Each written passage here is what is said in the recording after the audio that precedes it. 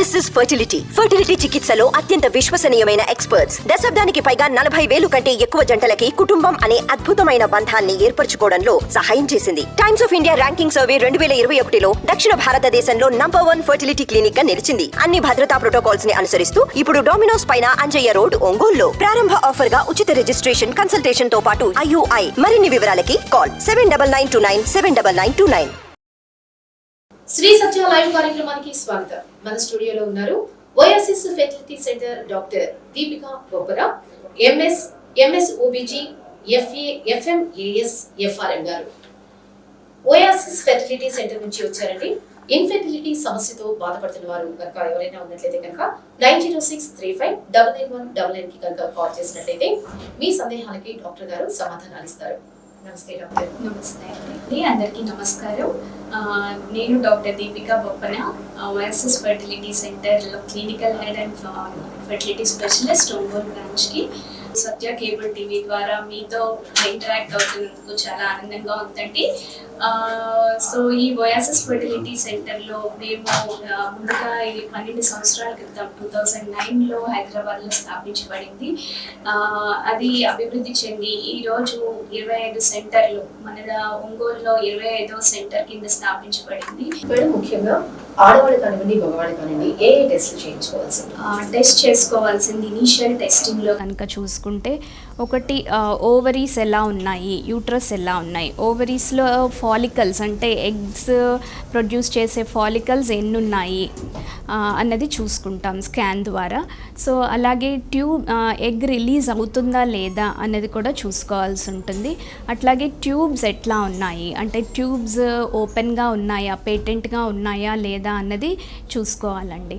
అలాగే యూట్రస్లో ఏమన్నా గడ్డలు కానీ ఏమన్నా ఉన్నాయా, దానివల్ల సంతాన ఇన్ఫర్టిలిటీకి కాజ్ అవుతుందా అన్నది చూసుకోవాల్సి ఉంటుంది. అలాగే మగవారిలో కూడా కణాలు కౌంట్ ఎట్లా ఉంది అన్నది వీర్యం పరీక్ష చేసుకుని చూసుకోవాల్సి ఉంటుందండి. ఇవి ఇనీషియల్గా మనం చూసుకోవాల్సిన ఫ్యాక్టర్స్ అన్నమాట. సో దీనిలో వచ్చే రిజల్ట్ బట్టి ఫర్దర్ టెస్టింగ్ కావాలా అన్నది చూసుకోవాల్సి ఉంటుంది. రైట్ మేడం, ఈ టెస్ట్లు ఆడవాళ్ళు మగవాళ్ళు ఇద్దరు చేయించుకోవాల్సి ఉంటుంది. ఇది ఎప్పుడైతే ఒక కపుల్ సంతానలేమి సమస్యతో వస్తారో డాక్టర్ దగ్గరికి, ముందుగా గుర్తుపెట్టుకోవాల్సింది, ఒకరికి సిమ్టమ్స్ ఉండొచ్చు, అంటే వాళ్ళకి ఇర్రెగ్యులర్ సైకిల్స్ వైఫ్కి ఉండొచ్చు, బట్ వాళ్ళకి టెస్ట్ చేస్తాము. అలాగే మగవారి కూడా వాళ్ళకి సిమ్టమ్స్ లేకపోయినా సరే టెస్ట్ చేసుకోవాల్సి ఉంటుందండి. అది బేసిక్ టెస్ట్ అన్నది మాత్రం ఇద్దరు చేసుకుంటేనే మనం ట్రీట్మెంట్స్ అన్నది ఇవ్వటం అవుతుంది. మేడం, నెక్స్ట్ చూసుకున్నట్టయితే ఆడవారిలో సంతానలేమికి గల కారణాలు ఏమై ఉండొచ్చు అంటారు?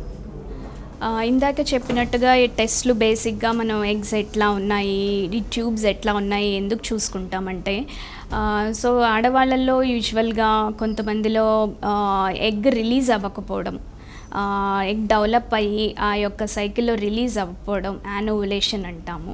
అది PCOS అనే కండిషన్ ద్వారా కానీ, లేకపోతే పైనుంచి బ్రెయిన్ నుంచి వచ్చే హార్మోన్స్ తక్కువగా ఉండడం, ఇట్లాంటి సమస్యలు, లేదా ఓవరీ ఫంక్షనే చిన్నప్పటి నుంచి అంటే జెనెటిక్ కాజెస్ వల్ల తక్కువగా ఉండడం, అలాగే ఫాలికల్స్ తగ్గిపోవడం, లో ఓవేరియన్ రిజర్వ్, ఇట్లాంటి కాజెస్ ఉంటాయి.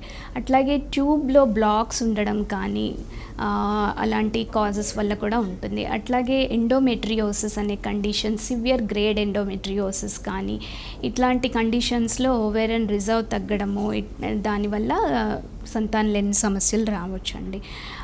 అలానే గర్భసంచిలో గడ్డలు, అంటే ఆ గడ్డల్లో కూడా క్యావిటీని కంప్రెస్ చేస్తూ ఉన్న గడ్డలు ఉన్నప్పుడు ఎంబ్రియో అతుక్కునే ఛాన్సెస్ తగ్గుతాయి. కాబట్టి అలాంటివి ఉన్నప్పుడు కూడా మనకి సంతానలేని సమస్య ఎరేజ్ అవ్వచ్చండి.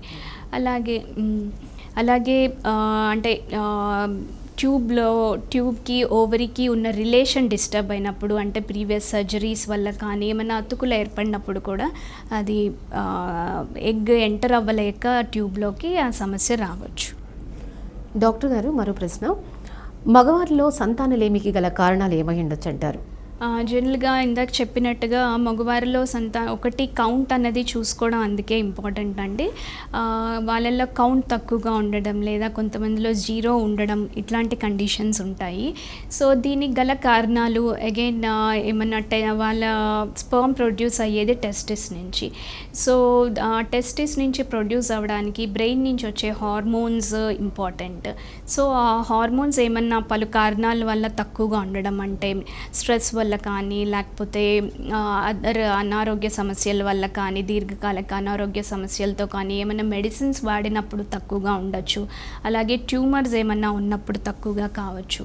సో అలాంటి సమస్యలు ఉన్నప్పుడు కౌంట్ తగ్గడం కానీ లేదా పూర్తిగా జీరో ఉండడం ఇట్లాంటివి చూస్తూ ఉంటాం. అలాగే టెస్టిస్లో జెనెటిక్ కాజెస్ వల్ల టెస్టిస్ పనితనం తగ్గటం లేదా ప్రీవియస్ సర్జరీస్ అవ్వడం కానీ, చిన్నప్పుడు టార్షన్ అనే కండిషన్ వల్ల ఏమైనా సర్జరీ చేసినప్పుడు కానీ ఇలాంటి సమస్యల వల్ల ఉండొచ్చు. అలాగే సెమెన్ వచ్చే దారిలో అడ్డంకులు ఉన్నప్పుడు కూడా మనకి ఈ సమస్యలు ఎరేజ్ అవుతాయండి. Thank you madam. ఐయుఐ అంటే ఏంటి? ఈ ఐయుఐ చేయాలి అంటే ఏ కారణాలకి ఐయుఐ చేయాల్సి ఉంటుంది? ఈ ఐయుఐ అంటేనండి ఇంట్రాయూట్రైన్ ఇన్సెమినేషన్ అంటారు. అంటే సెమెన్ ప్రాసెస్ చేసి హస్బెండ్ సెమెన్ని ప్రాసెస్ చేసి ఆ ప్రాసెసింగ్ వల్ల మనకి బాగా కదిలేవి అంటే మొటైల్ స్పర్మ్స్ అనేవి సపరేట్ అవుతాయి. ఆ స్పర్మ్స్ని చిన్న కెథెటర్ ద్వారా మనం ఆడవారి వైఫ్ యొక్క గర్భసంచిలో మనం పెట్టడం జరుగుతుంది. సో వన్స్ అక్కడ స్పర్మ్స్ని వదిలిన తర్వాత అక్కడి నుంచి ట్రావెల్ చేసి అవి ట్యూబ్లో ఉన్న ఎగ్ని మీట్ అవ్వాలన్నమాట. సో ఈ ఐయుఐ వల్ల అడ్వాంటేజ్ ఏంటి అంటే మనకి బాగా కదిలేవి ఎక్కువ కాన్సన్ట్రేషన్తో పెట్టడం వల్ల ఎగ్ని రీచ్ అయ్యే ఛాన్సెస్ పెరుగుతాయండి. సో దానివల్ల కొంచెం ఛాన్స్ ఆఫ్ ప్రెగ్నెన్సీ మామూలుగా ట్రై చేస్తున్నప్పుడు కానీ లేదా మందులతో ట్రై చేసి ఎగ్ని రిలీజ్ చేయడం దీనికన్నా ఈ ఐయుఐతో కొంచెం ఛాన్స్ అనేది పెరుగుతుంది. ఇది ఎలాంటి కండిషన్స్లో చేస్తామో ఈ ఐయుఐ అంటే కనుక ఒకటి ఎగ్ రిలీజ్ అవ్వట్లేదు, ఎగ్ డెవలప్ అవ్వట్లేదు అన్న కండిషన్స్లో, ఒకటి సర్వైకల్ ఫ్యాక్టర్స్ అంటే మ్యూకస్ థిక్గా ఉండి స్పర్మ్ ఎంటర్ అవ్వలేకపోవడం ఇట్లాంటి కండిషన్స్లో, ఆల్రెడీ ఇట్లా ఓవులేషన్ ట్రై చేసి సక్సెస్ కానప్పుడు కూడా మనం ఈ చేస్తామండి. అలాగే మగవారి కౌంట్ అంటే నియర్ నార్మల్ ఆర్ కొంచెం సబ్ నార్మల్గా ఉన్న కండిషన్స్లో కూడా మనం చేస్తాం. అలాగే అన్ఎక్స్ప్లెయిన్డ్ ఇన్ఫర్టిలిటీ అంటే ఇద్దరికి ఇందాక చెప్పినట్టుగా వాళ్ళల్లో ఇవాల్యుయేషన్ ఇనీషియల్గా చేస్తాము, అన్నీ బాగానే ఉన్నాయి అంటే ఎగ్ రిలీజ్ అవుతుంది, ట్యూబ్స్ బాగున్నాయి, ఆయన కౌంట్ బాగుంది, హస్బెండ్ యొక్క కౌంట్ బాగుంది, అయినా ప్రెగ్నెన్సీ రావట్లేదు. సో అలాంటి కండిషన్స్లో కూడా మనం చేయడం జరుగుతుంది. అలాగే మైల్డ్ ఎండోమెట్రియోసిస్ అంటే మైల్డ్ గ్రేడ్ ఎండోమెట్రియోసిస్ అంటే ట్యూబ్స్ ఓవరీస్ అతుకులు లేకుండా బాగానే ఉంది, బట్ మైల్డ్ పెరిటోనియంలో డిపాజిట్స్ ఉన్నాయి, ఎండోమెట్రియోటిక్ డిపాజిట్స్, అలాంటి కండిషన్స్లో కూడా మనం ట్రై చేయొచ్చు. Thank you madam. నెక్స్ట్ వచ్చేసి ఐవీఎఫ్ అంటే ఏంటి మేడం? అసలు దాని గురించి ఒకసారి తెలియజేయండి. ఈ ఐవీఎఫ్ అంటే ఇన్విట్రో ఫర్టిలైజేషన్. సో ఇందులో మనము సో న్యాచురల్గా ఏంటి అంటే స్పర్మ్ వెళ్ళి ఎగ్ రిలీజ్ అయ్యి ట్యూబ్లోకి వచ్చిన తర్వాత స్పర్మ్ కూడా ట్యూబ్లోకి ఎంటర్ అయ్యి దాంతో ఫర్టిలైజ్ అయ్యి ఎంబ్రియో ఫామ్ అవుతుంది. అది ట్యూబ్లో ఒక 3 days డెవలప్మెంట్ జరిగి తర్వాత యూట్రస్లోకి వచ్చి అంటే గర్భసంచిలోకి వచ్చి అతుక్కుంటుంది. సో ఈ ఐవీఎఫ్లో మనం ఏం చేస్తున్నామంటే ఎగ్స్ని మనమే అంటే ఇంజెక్షన్స్ ఇచ్చి ఎగ్స్ ఎక్కువ డెవలప్ అయ్యేలాగా చూసుకుని తన రిజర్వ్ బట్టి ఎగ్స్ని ఒక సైజ్కి వచ్చిన తర్వాత మనమే స్కాన్ గైడెడ్ అల్ట్రాసౌండ్ గైడెడ్ ద్వారా అవి బయటికి తీయడం జరుగుతుంది మెచ్యూర్ ఎగ్స్ని. సో అందులో ఉన్న మెచ్యూర్ ఎగ్స్ని ఈచ్ ఎగ్తో స్పర్మ్స్ని సరౌండింగ్లో పెట్టడం అంటే కన్వెన్షనల్ ఐవీఎఫ్లో ఒక ఎగ్ చుట్టూ ఒక 50,000 to 1 lakh ఎగ్స్ని మనం పెట్టడం జరుగుతుంది.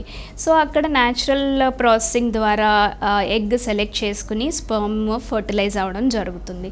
సో ఈ ఫర్టిలైజేషన్ తీసిన తర్వాత ఈ కలపటము అంటే ఆర్ సరౌండింగ్లో పెట్టడం కానీ ఫర్టిలైజేషన్ అన్నది కానీ అంతా కూడా ల్యాబ్లో జరుగుతుందండి. సో ఆ ల్యాబ్లో మనం ఇంక్యుబేటర్లో మెయింటైన్ చేస్తామన్నమాట.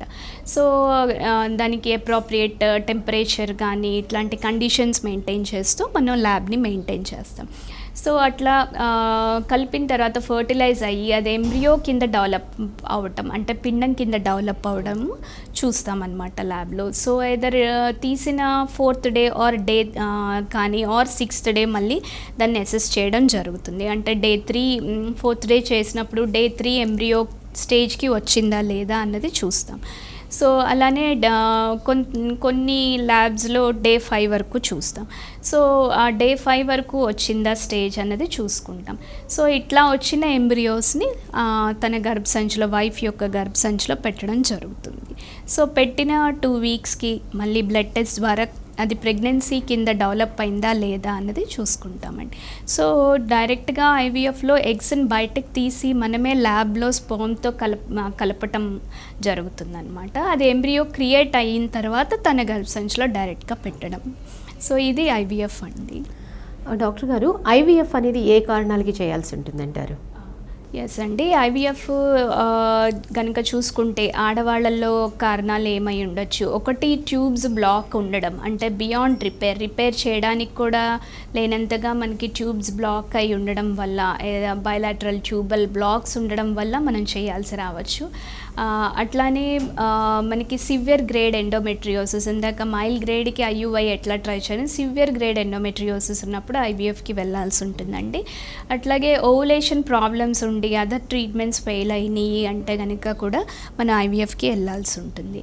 అట్లాగే అన్ఎక్స్ప్లెయిన్డ్ ఇన్ఫర్టిలిటీ, అంటే కారణం ఏమీ కనిపించడం లేదు ఎక్కడ అన్నప్పుడు, అండ్ అదర్ ట్రీట్మెంట్స్ ట్రై చేసి కూడా మనకి ఫెయిల్ అయింది అన్నప్పుడు ఐవీఎఫ్కి వెళ్ళాల్సి ఉంటుందండి.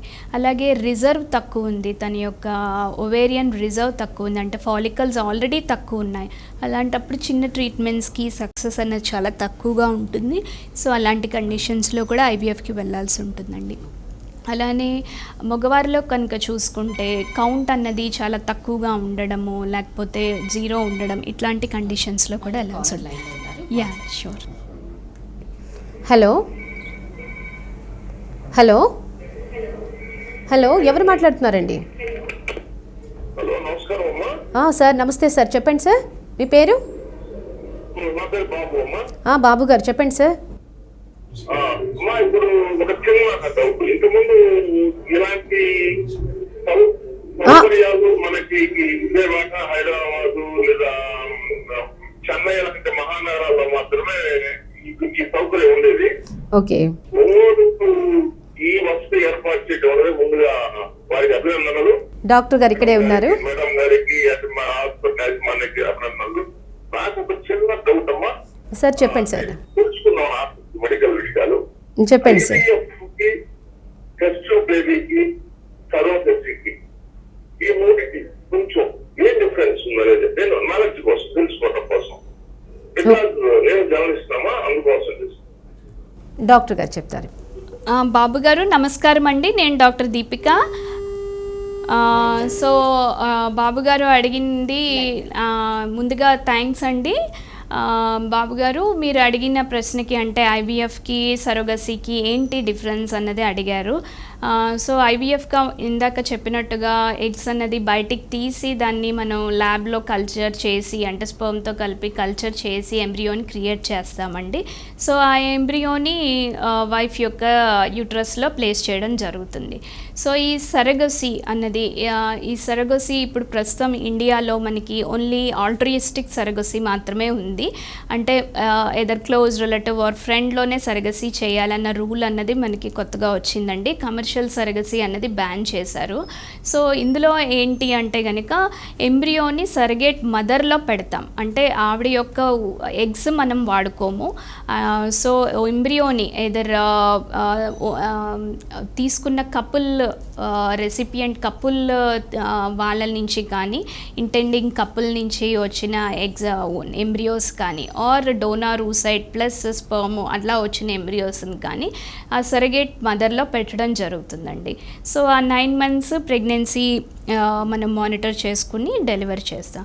సో ఇది సరగసీ, అంటే they will carry the baby and give it to the intending couple అనమాట. యూజువల్గా ఈ సరగసీని, సరగేట్ మదర్ని జెస్టేషనల్ క్యారియర్, అంటే తను జెనెటికల్గా రిలేటెడ్ కాదు ఆ బేబీతో, but she'll carry the baby అండి. So that is the difference between IVF is just a technique anamata where we'll inject the sperm with a mature egg and create embryos and transfer the embryo into the cavity anamata. Ikkada surrogate mother annadi surrogacy ante surrogate mother lo manam embryo ni place chestam.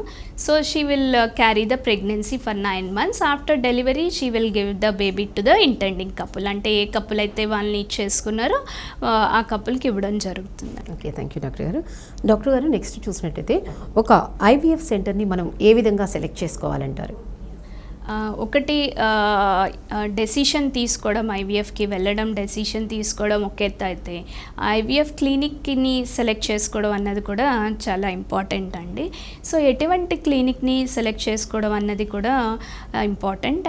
So ఈ IVF clinic చాలానే ఉన్నాయి కాబట్టి అందులో ఎటువంటి clinic వెళ్ళాలి అన్నది కూడా చాలా సందేహాలు ఎరైజ్ అవుతూ ఉంటాయి. సో ముందుగా ఒకటండి, ఐవీఎఫ్ క్లినిక్లో ఒకటి పేషెంట్ కేర్ ఎట్లా ఉన్నది ఫస్ట్ ఇంపార్టెంట్. సో ఒక పేషెంట్ వచ్చినప్పుడు వాళ్ళకి ఏ సమస్య ఉంది అన్నది తరో డయాగ్నోసిస్ అసెస్మెంట్ ద్వారా చేసుకొని వాళ్ళకి ఏ ట్రీట్మెంట్స్ ఆఫర్ చేయటం జరుగుతుంది అన్నది వాళ్ళకి ఎక్స్ప్లెయిన్ చేయాలండి. So correct diagnosis and treatment options offer చేయడం అన్నది ఇంపార్టెంట్. సో అలాగే అంటే క్లినికల్ స్కిల్స్ ఎట్లా ఉన్నాయి, క్లినీషియన్స్వి ఎక్స్పీరియన్స్ ఎట్లా ఉంది, ఆ పర్టికులర్ ఐవీఎఫ్ సెంటర్లో వాళ్ళకి ఎంత ఎక్స్పీరియన్స్ ఉన్నది అన్నది ఇంపార్టెంట్. అలాగే సెకండ్ ఇంపార్టెంట్ ఇష్యూ ఏంటంటే ఇది టీమ్ వర్క్ అండి. అంటే క్లినీషియన్ చూడడం ఒకటి, అలాగే ల్యాబ్లో embryologist skills important and lab maintenance important. ఒకటి ఎక్విప్మెంట్ ఒకటే ఇంపార్టెంట్ కాదండి, దాన్ని మెయింటెనెన్స్ అంటే క్వాలిటీ ల్యాబ్ అన్నది కూడా చాలా ఇంపార్టెంట్. సో ఇది ఎలా మెయింటైన్ చేస్తారు క్వాలిటీ ల్యాబ్ అన్నది? సో క్వాలిటీ ఐవీఎఫ్ ఇవ్వాలి అంటే మనం ల్యాబ్ ఇది కూడా మెయింటైన్ చేయాల్సి ఉంటుందండి. డాక్టర్ గారు, ఇంకొక కాలర్ లైన్లో ఉన్నారు, ఒకసారి చూద్దాం.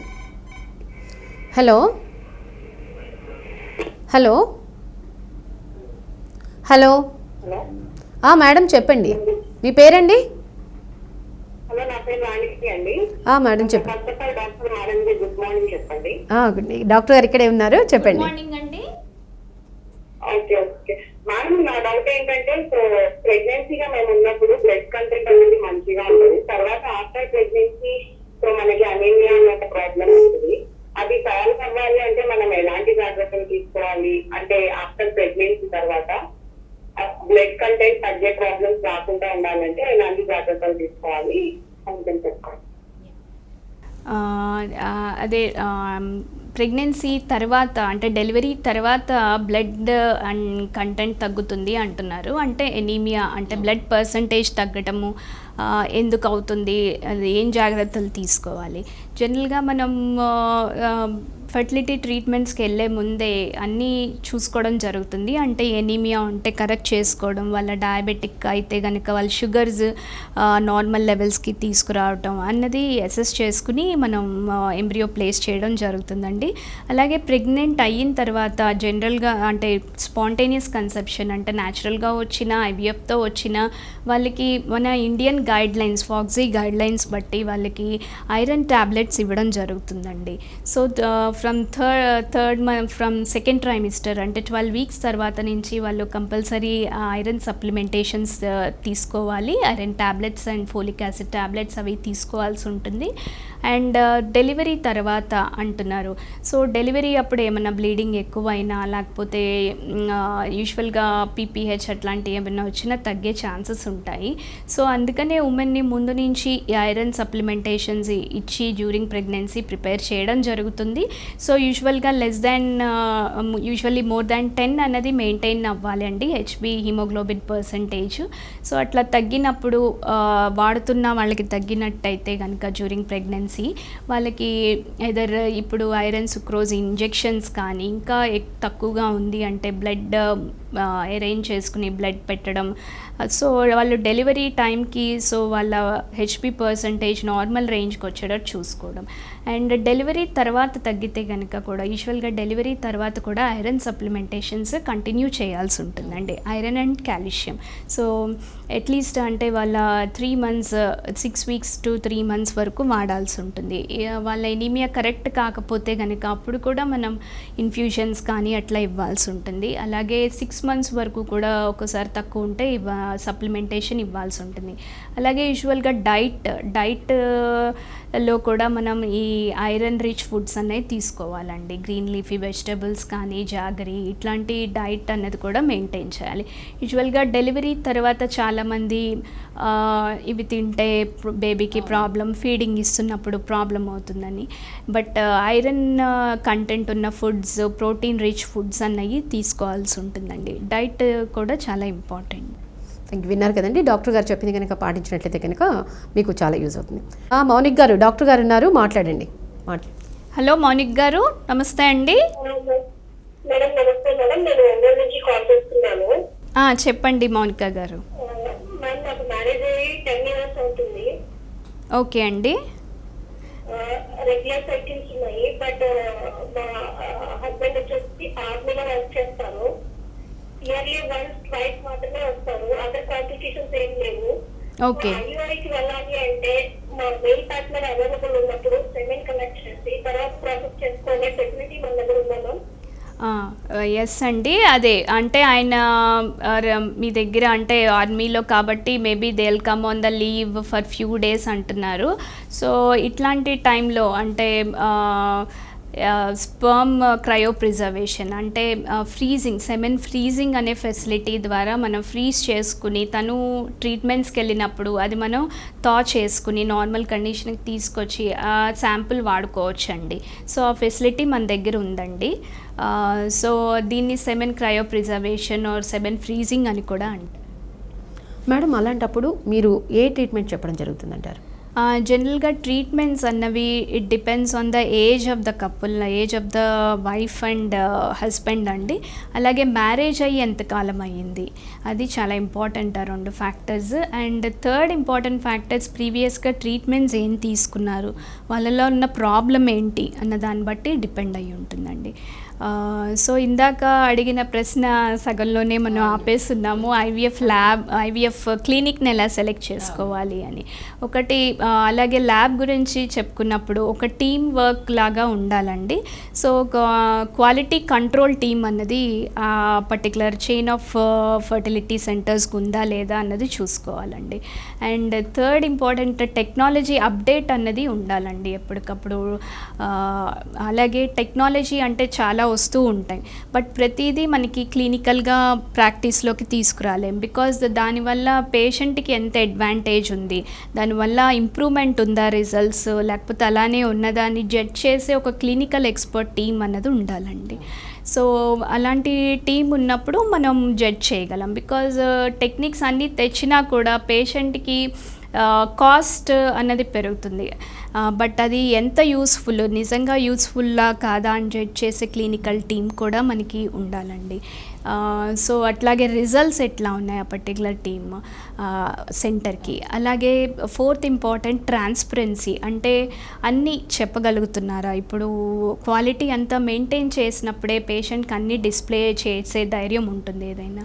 సో వాళ్ళకి ఏం డోసెస్ ఇస్తున్నాం, ఎన్ని ఎంబ్రియోస్ వచ్చినాయి, ఎన్ని ఎంబ్రియోస్ ప్లేస్ చేసినాం, ఒకవేళ సైకిల్ క్యాన్సిల్ చేస్తే కారణాలు ఏంటి వాళ్ళకి అన్నది చెప్పగలిగే టీం ఉండాలండి. డాక్టర్ గారు, ఇన్ఫెర్టిలిటీ సమస్యతో బాధపడుతున్న వారు ఎలాంటి డైట్ తీసుకోవాలంటారు?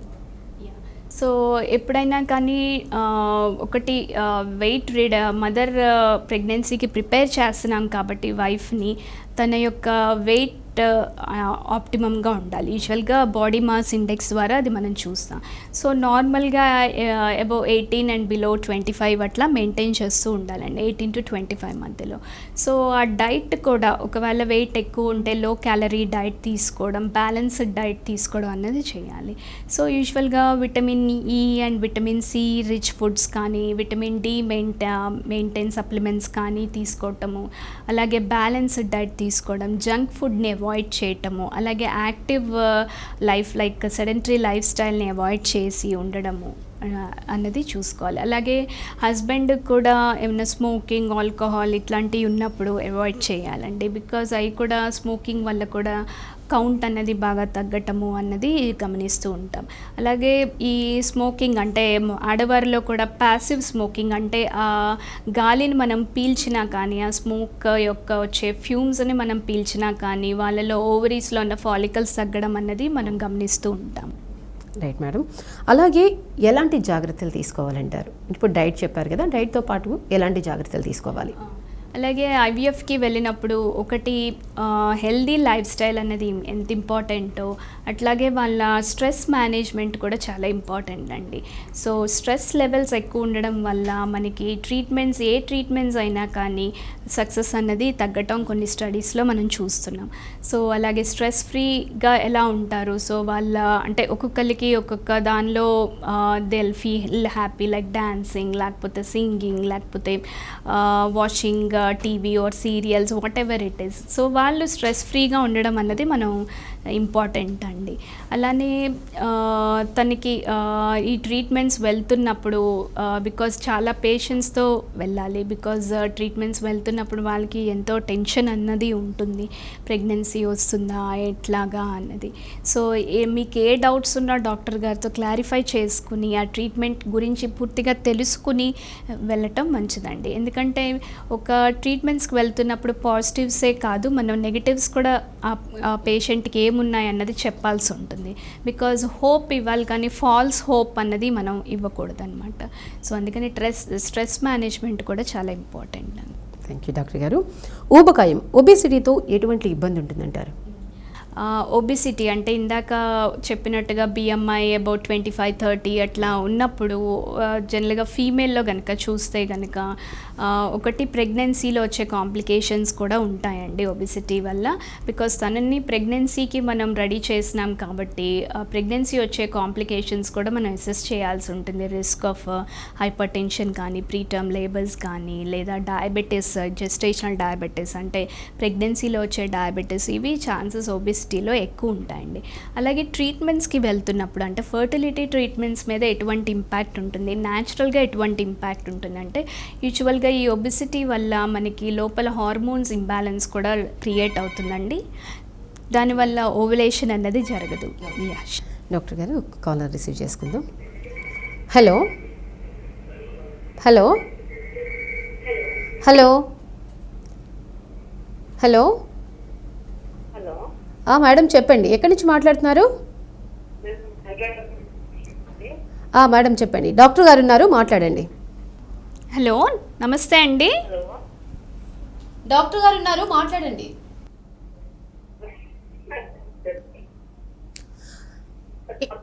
మీ పేరండి? అండి కొంచెం పెద్దగా చెప్పరా?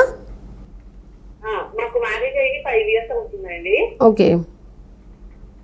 యాక్చువల్ గా మేము న్యాచురల్ గా అనుకున్నాం కానీ అవ్వలేదు, కన్సీవ్ అవ్వలేదు ఇంతవరకు. అలానే ఇంతవరకు కూడా ఏ అబార్షన్ అవ్వలేదు. ఓకే. అంటే రిపోర్ట్స్ అన్ని కూడా నార్మల్ గా ఉన్నాయి, చూపించుకున్నాము ఇద్దరము. న్యాచురల్ గా అవ్వడానికి అయితే అవ్వట్లేదండి. ఏమైనా ట్రీట్మెంట్స్ ఏమైనా తీసుకోవచ్చా, ఏమైనా డైట్ ఏమైనా ఫాలో అవ్వాలా అని డౌట్ అడుగుతారు. ఇందాక మనం చెప్పుకున్నా అదే న్యాచురల్గా ఇప్పుడు వరకు న్యాచురల్గా ట్రై చేస్తున్నాం అన్నారు. అలాగే మ్యారేజ్ అయ్యి 5 years అన్నారు. యూజువల్గా ఇందాక నేను స్టార్టింగ్లోనే చెప్పినట్టుగా ఎందుకు 1 year లోపు కన్సల్ట్ అవ్వాలి డాక్టర్ని అంటే కనుక యూజువల్గా 80% ఆఫ్ ద కపుల్స్ ట్రై చేసినప్పుడు విత్ ఇన్ 1 year కన్సీవ్ అవుతారండి. సో ఆ స్టాటిస్టిక్స్ బేస్ చేసుకునే మనం ఈ 1 year టైం లైన్ అన్నది పెట్టింది.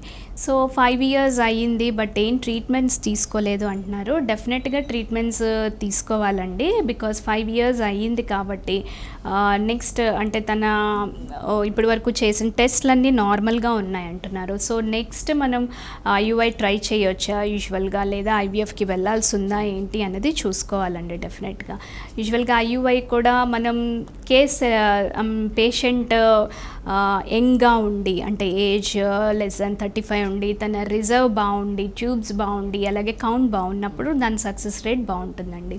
సో అలాగే మ్యారేజ్ అయ్యి ఎక్కువ కాలం అయ్యే కొద్దీ ట్రీట్మెంట్ సక్సెస్ కూడా తగ్గుతూ ఉంటుంది. సో అందుకని అట్లీస్ట్ 1 year అవ్వంగానే అట్లీస్ట్ అంటే టెస్టింగ్ చేసుకుని, ఇన్వెస్టిగేట్ చేసుకుని కొన్నాళ్ళు ట్రై చేసి తర్వాత మనం అదర్ ట్రీట్మెంట్స్ అంటే అడ్వాన్స్ ట్రీట్మెంట్స్ లైక్ ఐయుఐ కానీ ఇట్లాంటివి వెళ్ళాల్సి ఉంటుందా అనేది చూసుకోవాలి. Right madam. డాక్టర్ గారు, ఓఎస్ఎస్ ఫెర్టిలిటీ సెంటర్లో ఎలాంటి ట్రీట్మెంట్స్ ఉంటాయన్నది ఒకసారి ప్రేక్షకుల కోసం, కాలర్స్ కోసం తెలియజేయండి. అలాగే ఓయాసిస్ ఫర్టిలిటీ సెంటర్లో మా యందు అంటే ఓఐటి అంటే ovulation induction and timed intercourse, అంటే ఎగ్ రిలీజ్ అవుతుందా అన్నది చూసుకుని ఎగ్ రిలీజ్ అయ్యేటట్టు చేయటం, అంటే న్యాచురల్గా మెడిసిన్స్తో ఓవులేషన్ తీసుకురావడం. అట్లానే IUI intrauterine insemination and IVF in vitro fertilisation and ఇక్సీలో ఐవీఎఫ్లో లాగానే ఒక ఎగ్ని ఒక స్పర్మ్తో కలిపి మనం ల్యాబ్లో కల్చర్ చేయటం. అలాగే ఐవీఎం ఇన్విట్రో మెచ్యురేషన్, అంటే ఎగ్స్ ఇమ్మెచ్యూర్గా ఉన్నప్పుడే బయటికి తీసి మనం దాన్ని ల్యాబ్లోనే మెచ్యూర్ ఎగ్స్ కింద చేసి అప్పుడు ఐవీఎఫ్ చేయటం అన్నది ఐవీఎం. అలాగే మన పీజీటీఏ ఫెసిలిటీ, అంటే ఎంబ్రియో యొక్క క్రోమోజోమల్ నెంబర్ ఎట్లా ఉంది అని తెలుసుకోవడానికి, నార్మల్ ఉందా అబ్నార్మల్గా ఉందా అన్నది తెలుసుకోవడానికి ఈ ప్రీ ఇంప్లాంటేషన్ జెనెటిక్ టెస్టింగ్ అన్నది కూడా ఉంది. అలానే మన యందు మగవారిలో ఉండే సమస్యల కోసం ఆండ్రో లైఫ్ అని క్లినిక్ కూడా ఉందండి. సో వాళ్ళల్లో ఉండే సమస్యలకి డాక్టర్ గారు చూస్తూ ఉంటారు, మేల్ డాక్టర్ గారు. సో వాళ్ళలో కణాలు తక్కువగా ఉన్నాయా, జీరో ఉన్నాయా, దానికి ఏమైనా other advanced treatments or techniques ద్వారా స్పర్మ్ని రిట్రైవ్ చేయగలమా అన్నది చూసుకుని టీజీ అంటే testicular sperm aspiration or testicular sperm extraction, micro TG అంటే మైక్రోస్కోపిక్ గైడెన్స్లో ఈ టీజీ చేయడం, ఇట్లాంటి టెక్నిక్స్ అనేవి ఉన్నాయండి మన దగ్గర. అలాగే ఊసైడ్ క్రయో ప్రిజర్వేషన్, అంటే కొంతమంది గర్ల్స్లో అంటే బిఫోర్ అన్మ్యారీడ్ గర్ల్స్లో వాళ్ళకి ఏమన్నా సర్జరీస్కి వెళ్ళాల్సి రావడం, లేదా ఏమన్నా మ్యాలిగ్నెన్సీస్ వచ్చి క్యాన్సర్ థెరపీస్కి వెళ్ళే ముందు మనం ఎగ్స్ బయటికి తీసి ఆ ఎగ్స్ని ప్రిజర్వ్ చేసుకోవచ్చండి. That is called oocyte cryo preservation. ఆ ఫెసిలిటీ కూడా మనకి ఉందండి. డాక్టర్ గారు, ఇంకొకటి, ఓఎస్ఎస్ ఫెర్టిలిటీలో 40 years అనుభవం ఉంది అని చెప్తున్నారు, దాని గురించి ఒక్కసారి తెలియజేయండి. సో ఇందాక మీకు పెట్టి 12 years అని చెప్పాను. సో మా ఓయాసిస్ ఫర్టిలిటీ చీఫ్ ఫౌండర్ వచ్చి డాక్టర్ దుర్గారావు గారండి. సో మేడంకి more than 30 years of experience. She worked in Canada and USA and Europe also. So madam start చేసి ఎప్పటికప్పుడు అడ్వాన్స్మెంట్స్ని తీసుకురావడం జరిగింది. సో అట్లా వచ్చిందే ఈ ఓయాసిస్ అండి. సో ఇక్కడ మనకి సేవలు అంటే ఎథికల్గా ఇవ్వటం, అంటే రూల్ ప్రకారం కానీ వాళ్ళకి సెల్ఫ్ గ్యామెట్స్ ఇవ్వటం, అంటే డోనార్కి డైరెక్ట్ కాకుండా సెల్ఫ్ గ్యామెట్స్ అంటే వాళ్ళ ఓన్ ఎగ్సే మనము లేదా ఓన్ స్పర్మే మనం ఎక్కువ ఇవ్వటానికి ట్రై చేయటం అండి మేడం ఎయిమ్. సో అలాగే ఎథికల్గా వాళ్ళకి ట్రీట్మెంట్ ఆప్షన్స్ కానీ ట్రీట్మెంట్ ఇవ్వడం జరుగుతుంది. సో ఇది ఒక team of clinical experts all over India will have our team అండి. సో ఆ టీమ్ ఆఫ్ ఎక్స్పర్ట్స్ డిస్కషన్స్ కానీ అట్లా జరిగి మనం ఈ కొత్త అడ్వాన్స్మెంట్స్ని తీసుకురావడం, ఎంతవరకు వ్యాలిడ్ అన్నది తీసుకురావడం జరుగుతుందండి. Hello hello hello hello hello madam, చెప్పండి. నమస్తే మేడం. నమస్తే అండి. డాక్టర్ గారికి లైన్ కనెక్ట్ చేస్తారా? డాక్టర్ గారు ఇక్కడే ఉన్నారు, చెప్పండి. చెప్పండి అమ్మా. నమస్తే అమ్మా. మేడం నమస్తే మేడం, నా పేరు సిరి. సిరి గారు చెప్పండి. సిరి గారు, నాకు మ్యారేజ్ అయ్యి 8 years అవుతుంది మ్యామ్. ఓకే అండి. ఇంకా పిల్లలు లేరు, కానీ నాకు కొంచెం ఇష్యూస్ ఉన్నాయి, health problems. Okay. Pregnancy plan చేసుకోవచ్చా లేదా అని కాల్ చేశాను. యా అండి, డెఫినెట్గా అండి. ఇంతకుముందు మీరు ట్రీట్మెంట్స్ ఏవైతే తీసుకున్నారో లేదా టెస్ట్లు ఏవైతే చేసుకున్నారో ఆ రికార్డ్స్ అన్నీ పరిశీలించి అన్నీ బాగుంటే చక్కగా మీరు ట్రై చేయొచ్చండి. అండ్ మీరు మమ్మల్ని కన్సల్ట్ అయితే అవన్నీ చూసి మీకు ఎక్స్ప్లెయిన్ చేయడం జరుగుతుంది. సరే మేడం. ఓకే. విన్నారు కదండి. ఇవన్నీ కనుక మీరు కనుక చేసినట్లయితే మీకు చాలా యూజ్ అవుతుంది అనమాట. మీరు డైరెక్ట్గా కన్సల్ట్ చేయాలనుకుంటే కనుక ఓఎస్ఎస్ ఫెర్టిలిటీ కనుక వెళ్తే మేడం గారు ఇచ్చే ట్రీట్మెంట్ ద్వారా మీకు యూజ్ అవుతుంది. థ్యాంక్ యూ అండి. Thank you ma'am. Hello madam చెప్పండి. గుడ్ మార్నింగ్ అండి. ఎవరు మాట్లాడుతున్నారు? నిరోష గారు చెప్పండి. డాక్టర్ గారు ఉన్నారు, మాట్లాడండి. హలో నిరోష గారు, నమస్తే అండి, చెప్పండి. గుడ్ మార్నింగ్ అండి, చెప్పండి. ఓకే అమ్మా. అలాగే అండి. ఒక పాప, ఎంతమ్మా వయసు? 8 years. ఓకే.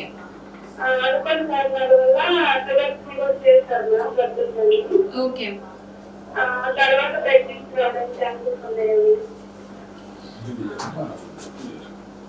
యూజువల్గా ట్యూబెక్టమీ అయిపోయింది అంటే ట్యూబ్స్ని క్లోజ్ చేసేసాం, చిన్న పీస్ కట్ చేసి ట్యూబ్స్ని బ్లాక్ చేసాం. అంటే జనరల్ ట్యూబెక్టమీ చేసేసారు, బ్లాక్ అన్నారు. సో వాళ్ళకి న్యాచురల్గా అన్నది అంటే ట్యూబ్లోకి ఎగ్ రావాలి అనేది స్పర్మ్గా వచ్చి కలవాలి. సో ఆ ఛాన్స్ ఉండదు అనమాట న్యాచురల్గా.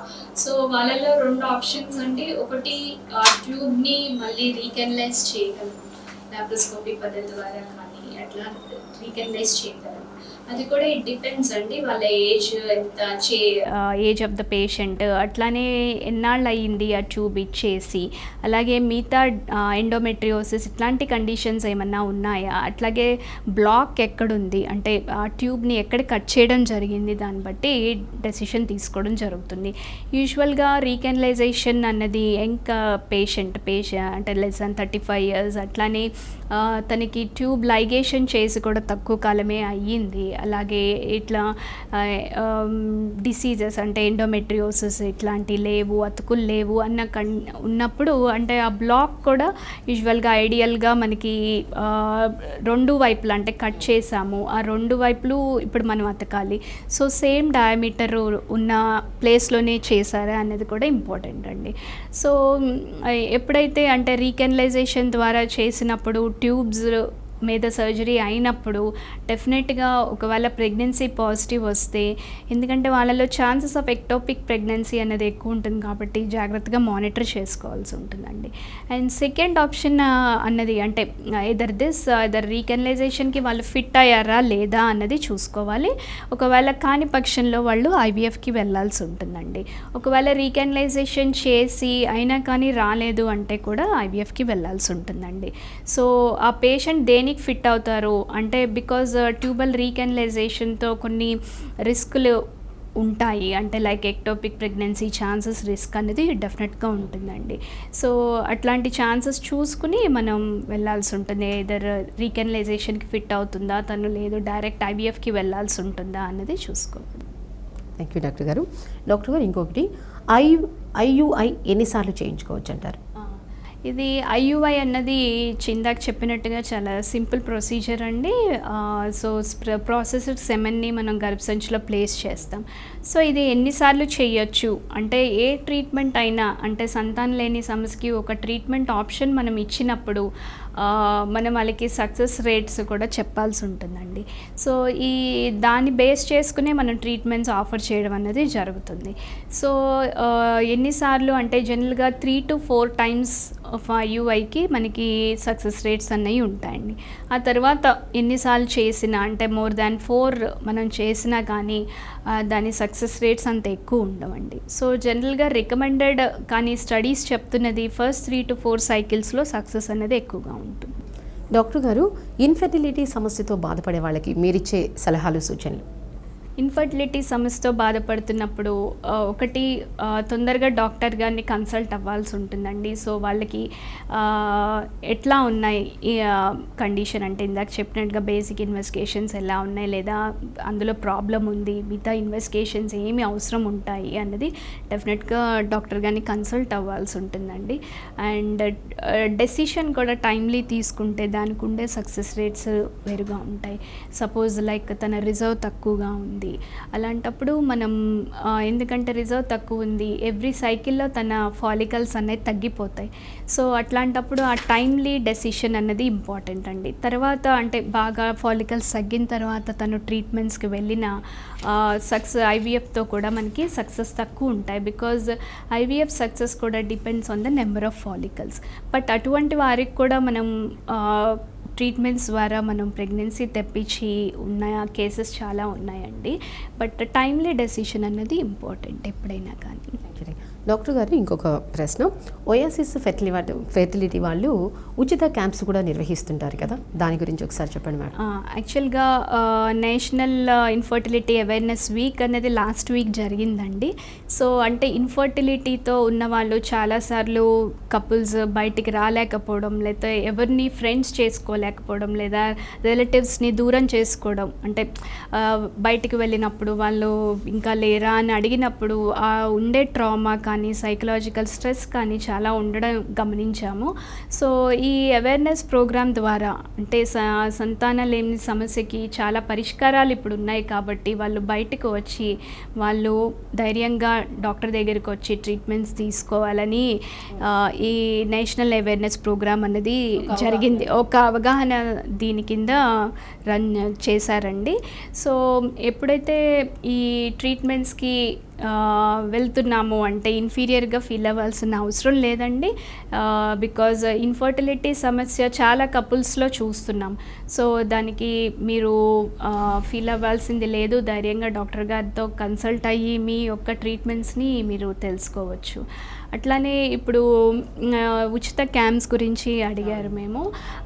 సో మనం ఒంగోలులో పలు చోట్ల ఈ క్యాంప్స్ని నిర్వహించడం జరుగుతుంది. వాళ్ళల్లో ఉన్న సమస్య ఏంటి, వాళ్ళకి ఏ ట్రీట్మెంట్ అయితే ఆప్షన్స్ బెటర్గా ఉంటాయి అన్నది సలహా ఇవ్వడం జరుగుతుందండి. థ్యాంక్ యూ డాక్టర్ గారు. కాలర్స్ అందరికీ కూడా చాలా చక్కగా సమాధానాలు ఇచ్చారు. మీరు మా స్టూడియోకి వచ్చినందుకు, మీ వాల్యుబుల్ టైంని మాకు కేటాయించినందుకు మీకు ధన్యవాదాలు మేడం. చూసారు కదండి, ఇది లైవ్ కార్యక్రమం.